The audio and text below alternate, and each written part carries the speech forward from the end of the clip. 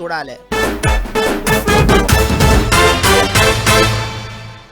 కంటి మీద కునుకు పడతలేదు, కూసుంటే కూసోబుద్ధి అయితలేదు, నిల్చుంటే నిల్చోబుద్ధి అయితలేదు, ఆకలి అయితలేదు, దూపు అయితలేదు, సర్ల చెమటలు పడుతున్నాయి. అగ్గ గీ పిల్లకేమో అయినట్టుందిరో అని అనుకునేరు. నేను చెప్పేది నా గురించి కాదు, మన పాలి దేశం పాకిస్తాన్ వాళ్ళ గురించి. మనోళ్ళు ఎప్పుడు ఏం చేస్తారో తెలియక పాకిస్తాన్ వాళ్ళకు పానం అంతా పించం పించం అవుతున్నదట.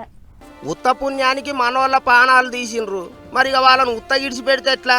దెబ్బకు దెబ్బ తీయాలి. భారతదేశం దెబ్బ ఎట్లుంటుందో రుచి చూపియాలి పాకిస్తాన్ వాళ్ళకు అన్నట్టే అన్ని తీర్ల తయారైతుండ్రు మనోళ్ళు.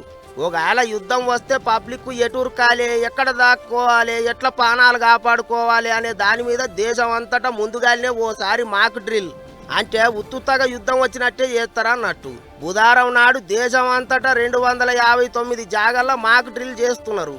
మన దేశానికి ఆజాదీ వచ్చినాక అప్పుడెప్పుడో 1971లా అప్పుడు కూడా పాకిస్తాన్ వాళ్ళతో యుద్ధం చేయబట్టే దేశం అంతటా మాక్ డ్రిల్ చేసిండ్రాట.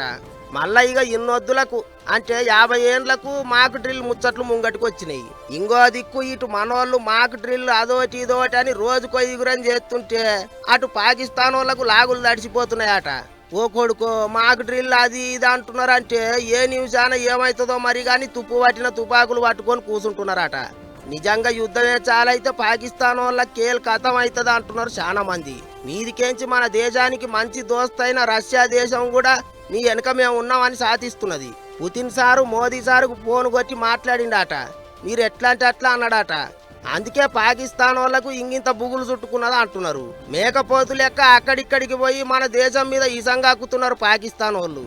కానీ దునియా దేశాలన్నీ వాళ్ళనే తిడుతున్నారు.